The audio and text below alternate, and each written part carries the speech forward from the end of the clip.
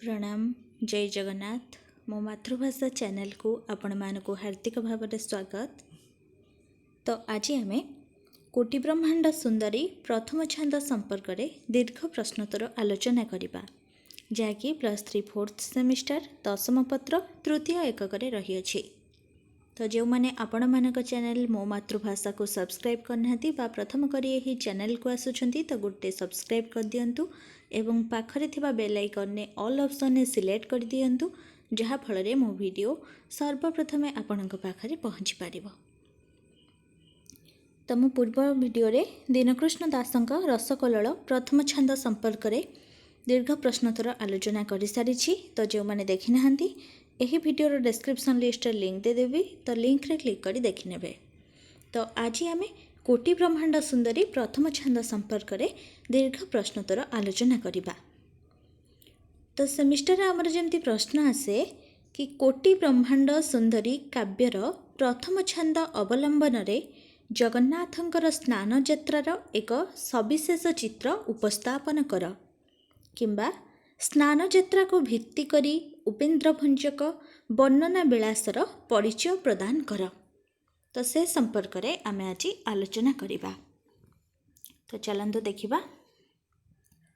कवि सम्राट उपेन्द्र भंज प्रसिद्ध काव्य कोटि ब्रह्मांड सुंदरीर प्रथम छंदरे जगन्नाथंक स्नान यात्रार चित्र प्रदत्त होइछि।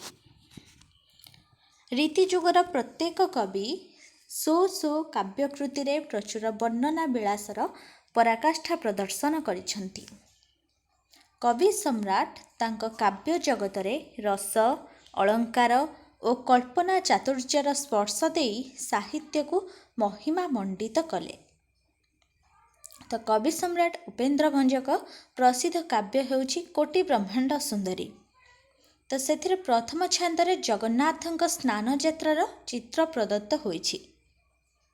तो रीतिजुगर प्रत्येक कवि सो काव्य अर्थात निज निज काव्यकृति रे प्रचुर वर्णना विलासर पराकाष्ठा प्रदर्शन करिछन्ति। कवि सम्राट तांको काव्य जगत रे रस अलंकार और कल्पना चातुर्यर स्पर्श देई साहित्य को महिमा मंडित करथिले। उपेन्द्र थिले रामचंद्रंकर परम भक्त। तांकर आराध्य देवता थिले श्री रामचंद्र। जे रामचंद्र से कृष्ण से जगन्नाथ।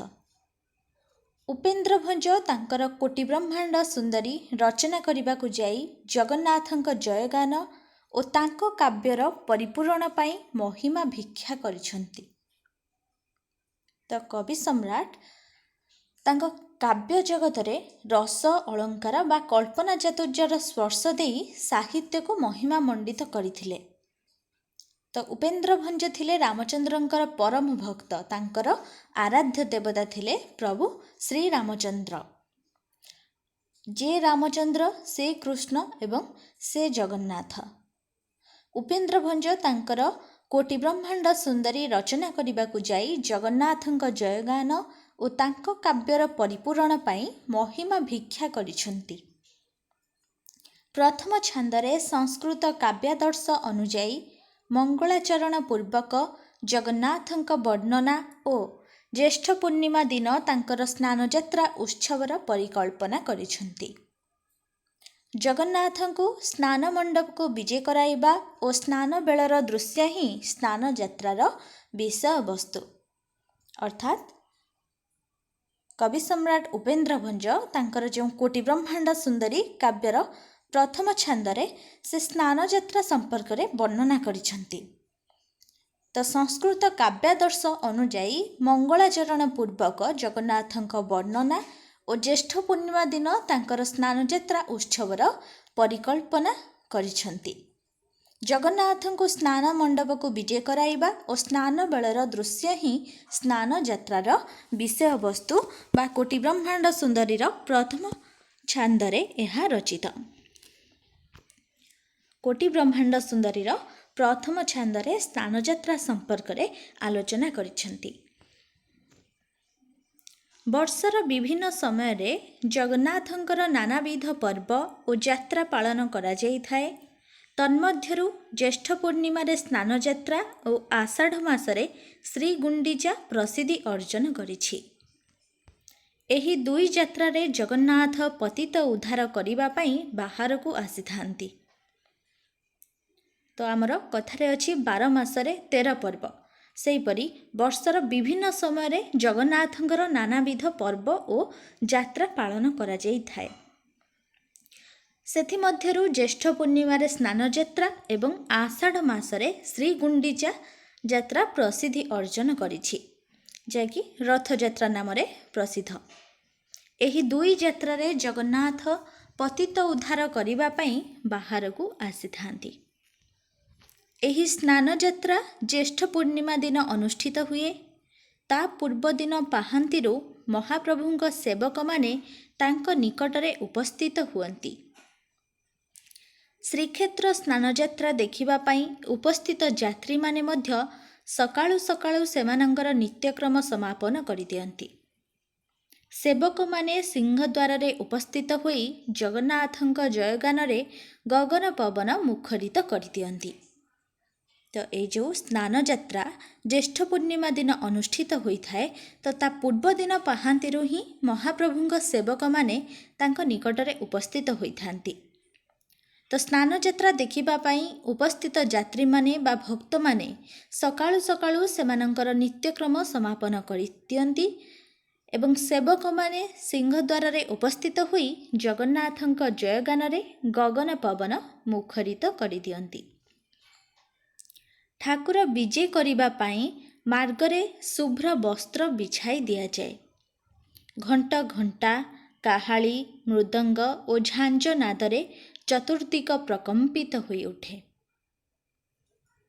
ତ ସ୍ନାନଯାତ୍ରା ଦେଖିବା ପାଇଁ ଯେଉଁ ଉପସ୍ଥିତ ଭକ୍ତମାନେ ସକାଳୁ ସକାଳୁ ସେମାନଙ୍କର ନିତ୍ୟକ୍ରମ ସାରି ଏବଂ ସେବକମାନେ ସିଂହଦ୍ୱାରରେ ଉପସ୍ଥିତ ହୋଇ ଜଗନ୍ନାଥଙ୍କ ଜୟଗାନରେ ଗଗନ ପବନ ମୁଖରିତ କରିଥାନ୍ତି। ତ ଠାକୁର ବିଜେ କରିବା ପାଇଁ ମାର୍ଗରେ ଯେଉଁ ଶୁଭ୍ର ବସ୍ତ୍ର ବିଛାଇ ଦିଆଯାଏ, ଘଣ୍ଟ ଘଣ୍ଟା, କାହାଳି, ମୃଦଙ୍ଗ, ଝାଞ୍ଜ ନାଦରେ ଚତୁର୍ଦିଗ ପ୍ରକମ୍ପିତ ହୋଇଉଠେ। ଏହାର ଏକ ସୁନ୍ଦର ବର୍ଣ୍ଣନା ପ୍ରଦାନ କରିବାକୁ ଯାଇ କବି ଲେଖିଛନ୍ତି, ପଡ଼ିଲା ତୁଳି ପାହାଡ଼ ବିଜୟ ନିମିତ୍ତେ, ବାଜିଲା ମେଘା ମୃଦଙ୍ଗ ମର୍ଦ୍ଦଳ ସହିତ ହେ।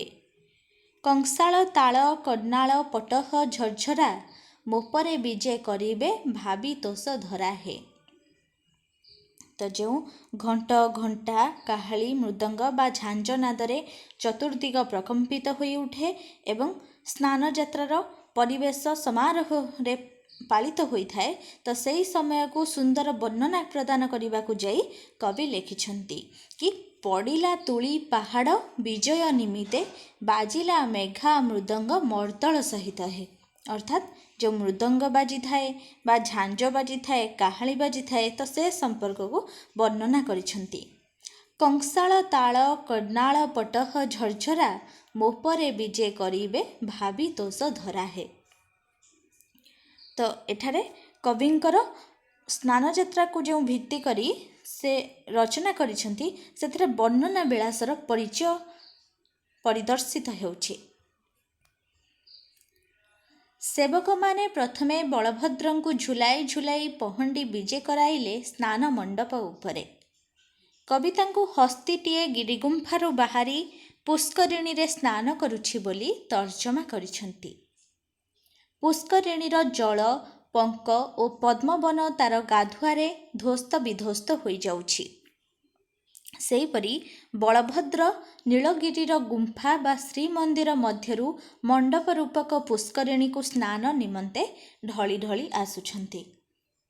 ତ କବି ସମ୍ରାଟ ଉପେନ୍ଦ୍ର ଭଞ୍ଜ ତ ଯେତେବେଳେ ସେବକମାନେ ବଳଭଦ୍ରଙ୍କୁ ଝୁଲାଇ ଝୁଲାଇ ପହଣ୍ଡି ବିଜେ କରାଉଛନ୍ତି ସ୍ନାନ ମଣ୍ଡପ ଉପରେ ସ୍ନାନ କରିବା ପାଇଁ, ତ କବି ତାଙ୍କୁ ହସ୍ତୀଟିଏ ସହିତ ତୁଳନା କରିଛନ୍ତି କି ହସ୍ତୀଟିଏ ଯେପରି ଗିରିଗୁମ୍ଫାରୁ ବାହାରି ପୁଷ୍କରିଣୀରେ ସ୍ନାନ କରୁଛି ବୋଲି ତର୍ଜମା କରିଛନ୍ତି।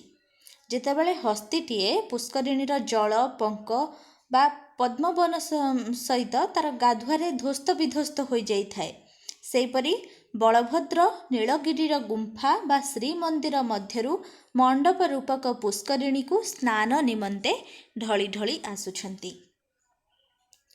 ତାଙ୍କ ଶରୀର ସୁଗନ୍ଧିତ ପ୍ରଲେପ କାଦୁଅରେ ଭ୍ରମ ସୃଷ୍ଟି କରୁଛି। ସେ ମଣିଷର ପାପ ପଙ୍କରୁ ଜାତ ଦୁଷ୍ଟମାନଙ୍କୁ ସଂହାର କରିବେ। ସେହିପରି କବି ସୁଭଦ୍ରାଙ୍କୁ ଭବସାଗର ପାର ହେବା ପାଇଁ ଉଦ୍ଦିଷ୍ଟ ସୁବର୍ଣ୍ଣ ତରୁଣୀ ଭାବରେ ଉପସ୍ଥାପନ କରିଛନ୍ତି। ଯେପରି ବଳଭଦ୍ରଙ୍କୁ ଏକ ହସ୍ତୀଟିଏ ସହିତ ତର୍ଜନା କରିଛନ୍ତି ବା ତୁଳନା କରିଛନ୍ତି, ସେହିପରି ଯେତେବେଳେ ସୁଭଦ୍ରା ସ୍ନାନ ମଣ୍ଡପକୁ ବିଜେ କରୁଛନ୍ତି ସେତେବେଳେ ସୁଭଦ୍ରାଙ୍କୁ ଭବସାଗର ପାର ହେବା ପାଇଁ ଉଦ୍ଦିଷ୍ଟ ସୁବର୍ଣ୍ଣ ତରୁଣୀ ଭାବରେ ଉପସ୍ଥାପନ କରିଛନ୍ତି। ତ ବଳଭଦ୍ର ଯେତେବେଳେ ନୀଳଗିରିର ଗୁମ୍ଫା ବା ଶ୍ରୀମନ୍ଦିର ମଧ୍ୟରୁ ମଣ୍ଡପ ରୂପକ ପୁଷ୍କରିଣୀକୁ ସ୍ନାନ ନିମନ୍ତେ ଢଳି ଢଳି ଆସୁଛନ୍ତି, ତାଙ୍କ ଶରୀର ସୁଗନ୍ଧିତ ପ୍ରଲେପ କାଦୁଅରେ ଭ୍ରମ ସୃଷ୍ଟି କରିଛି। ସେ ମଣିଷର ପାପ ପଙ୍କରୁ ଜାତ ଦୁଷ୍ଟମାନଙ୍କୁ ସଂହାର କରିବେ। ସୁଦର୍ଶନକୁ ପାପ ରୂପକ ପାତ୍ରକୁ ଭାଙ୍ଗିବା ପାଇଁ ଉଦ୍ଦିଷ୍ଟ ଠେଙ୍ଗା ସହିତ ତୁଳନା କରିଛନ୍ତି। ଆଲୋଚ୍ୟ କାବ୍ୟାଂଶରେ କବିଙ୍କର ବର୍ଣ୍ଣନା ବିଳାସ ଓ କଳ୍ପନା ବିଳାସ ଉତ୍ତୁଙ୍ଗ ଶିଖରୀ ଆରୋହଣ କରିଛି ଜଗନ୍ନାଥଙ୍କ ପହଣ୍ଡି ବିଜେ ଦୃଶ୍ୟ ବର୍ଣ୍ଣନାରେ। ତ ଏଥିରୁ ମଧ୍ୟ କବିଙ୍କର ବର୍ଣ୍ଣନା ବିଳାସର ପରିଚୟ ମିଳୁଅଛି ବା କଳ୍ପନା ବିଳାସର ପରିଚୟ ମିଳିଛି। ତ ସୁଦର୍ଶନକୁ ଯେତେବେଳେ ପାପ ରୂପକ ପାତ୍ରକୁ ଭାଙ୍ଗିବା ପାଇଁ ଉଦ୍ଦିଷ୍ଟ ଠେଙ୍ଗା ସହିତ ତୁଳନା କରିଛନ୍ତି, ଯେପରିକି ବଳଭଦ୍ରକୁ ହସ୍ତୀ ସହିତ ଏବଂ ସୁଭଦ୍ରା ମାଙ୍କୁ ଏକ ତରୁଣୀ ସହିତ ଏବଂ ସୁଦର୍ଶନକୁ ଏକ ଉଦ୍ଦିଷ୍ଟ ଠେଙ୍ଗା ସହିତ ତୁଳନା କରିଛନ୍ତି। ତ ଆଲୋଚ୍ୟ କାବ୍ୟାଂଶରେ କବିଙ୍କର ଯେଉଁ ବର୍ଣ୍ଣନା ଚାତୁରୀ ଫୁଟି ଉଠୁଛି ବା କଳ୍ପନା ବିଳାସ ଫୁଟି ଉଠୁଛି ଏବଂ ଜଗନ୍ନାଥଙ୍କ ପହଣ୍ଡି ବିଜେ ଦୃଶ୍ୟ ବର୍ଣ୍ଣନାରେ ମହାପ୍ରଭୁଙ୍କ ଆଗମନକୁ ବର୍ଷା ସହିତ ତୁଳନା ଅତ୍ୟନ୍ତ ତର୍କନିଷ୍ଠ ହୋଇପାରିଛି। ଜଗନ୍ନାଥଙ୍କ ପହଣ୍ଡି ବିଜେ ସମୟରେ ସେବକମାନେ ତାଙ୍କ ମୁଣ୍ଡ ଉପରେ କଳା ଛତା ଧାରଣ କରିଛନ୍ତି। ତାଙ୍କ ସୁଉଚ୍ଚ ପାହାଡ଼ ଉପରେ କଳା ମେଘ ଓହ୍ଲାଇ ଆସୁଥିବାର ଭ୍ରମ ସୃଷ୍ଟି କରିଛି। ଜଗନ୍ନାଥଙ୍କର ପତିତ ପାବନ ପତାକା ପବନରେ ତରଙ୍ଗାୟିତ ହୋଇ ଉଠୁଛି। କବି ପୀତବସନର ଚଳନକୁ ବିଜୁଳି ସହିତ ତୁଳନା କରିଛନ୍ତି ଏବଂ ଆକାଶରେ କଳା ମେଘକୁ ଦେଖି ମୟୂର ପୁଚ୍ଛ ତୋଳି ନୃତ୍ୟ କରେ ଓ ଚତୁର୍ଦିଗ ମଣ୍ଡୁକ ନାଦରେ ମୁଖରିତ ହୋଇ ଉଠେ।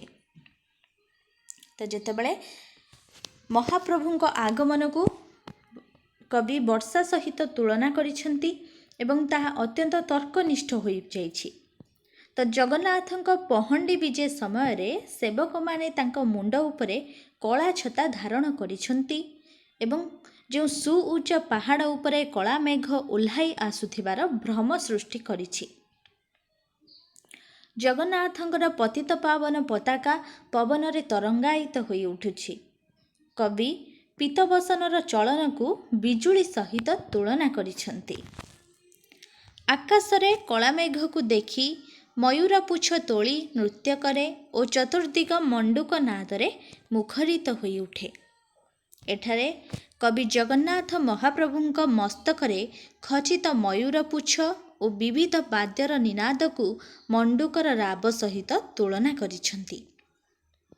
ତ ଯେହେତୁ କବି କହିଛନ୍ତି କି ଆକାଶରେ କଳା ମେଘକୁ ଦେଖି ମୟୂର ପୁଚ୍ଛ ନୃତ୍ୟ କରେ ଏବଂ ମଣ୍ଡୁକ ଚତୁର୍ଦିଗ ମଣ୍ଡୁକ ନାଦରେ ମୁଖରିତ ହୋଇ ଉଠେ, ତ ଏଠାରେ କବି ଜଗନ୍ନାଥଙ୍କ ମହାପ୍ରଭୁଙ୍କ ମସ୍ତକରେ ଯେଉଁ ମୟୂର ପୁଚ୍ଛ ଖଚିତ ହୋଇଥାଏ ତ ତାହାକୁ ମୟୂର ପୁଚ୍ଛ ନୃତ୍ୟ କରେ ବୋଲି କହିଛନ୍ତି କି କଳା ମେଘକୁ ଦେଖି ମୟୂର ପୁଚ୍ଛ ନୃତ୍ୟ କରେ ଏବଂ ଯେଉଁ ବିବିଧ ବାଦ୍ୟର ନାଦ ହେଉଛି ତ ତାହାକୁ ମଣ୍ଡୁକର ରାବ ସହିତ ତୁଳନା କରିଛନ୍ତି।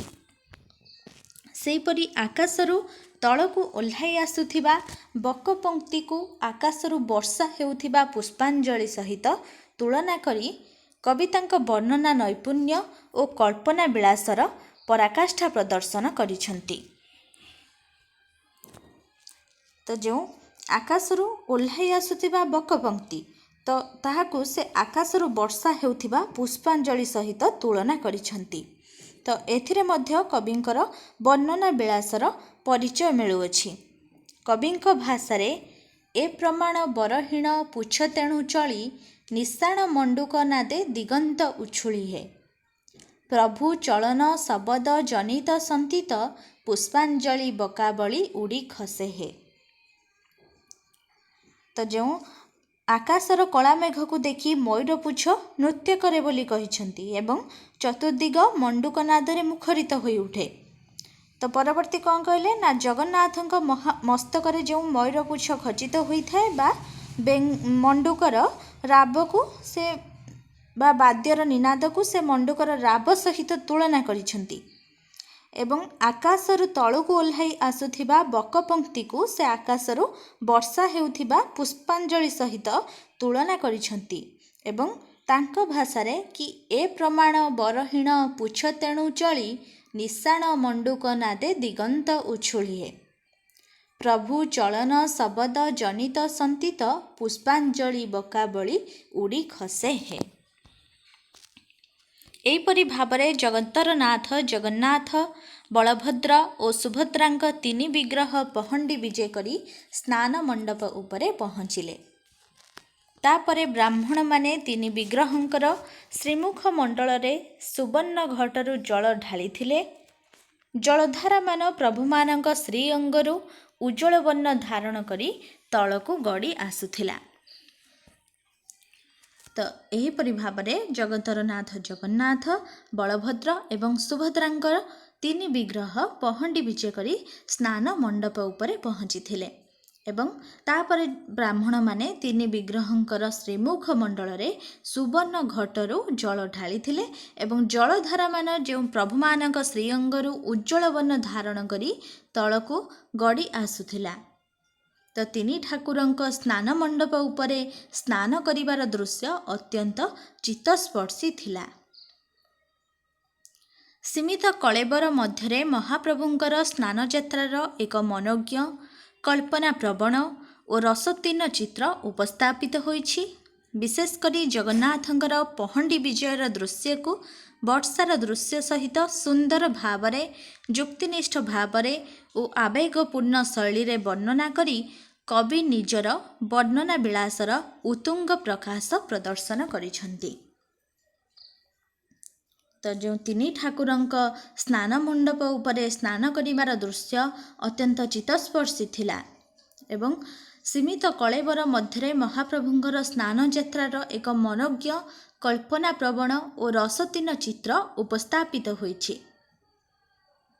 ବିଶେଷ କରି ଦେଖିବାକୁ ଗଲେ କି ଜଗନ୍ନାଥଙ୍କର ପହଣ୍ଡି ବିଜୟର ଦୃଶ୍ୟକୁ ବର୍ଷାର ଦୃଶ୍ୟ ସହିତ ସୁନ୍ଦର ଭାବରେ ଏବଂ ଯୁକ୍ତିନିଷ୍ଠ ଭାବରେ ଓ ଆବେଗପୂର୍ଣ୍ଣ ଭାବରେ ଶୈଳୀରେ ବର୍ଣ୍ଣନା କରି କବି ନିଜର ବର୍ଣ୍ଣନା ବିଳାସର ପରିଚୟ ପ୍ରଦାନ କରିଛନ୍ତି।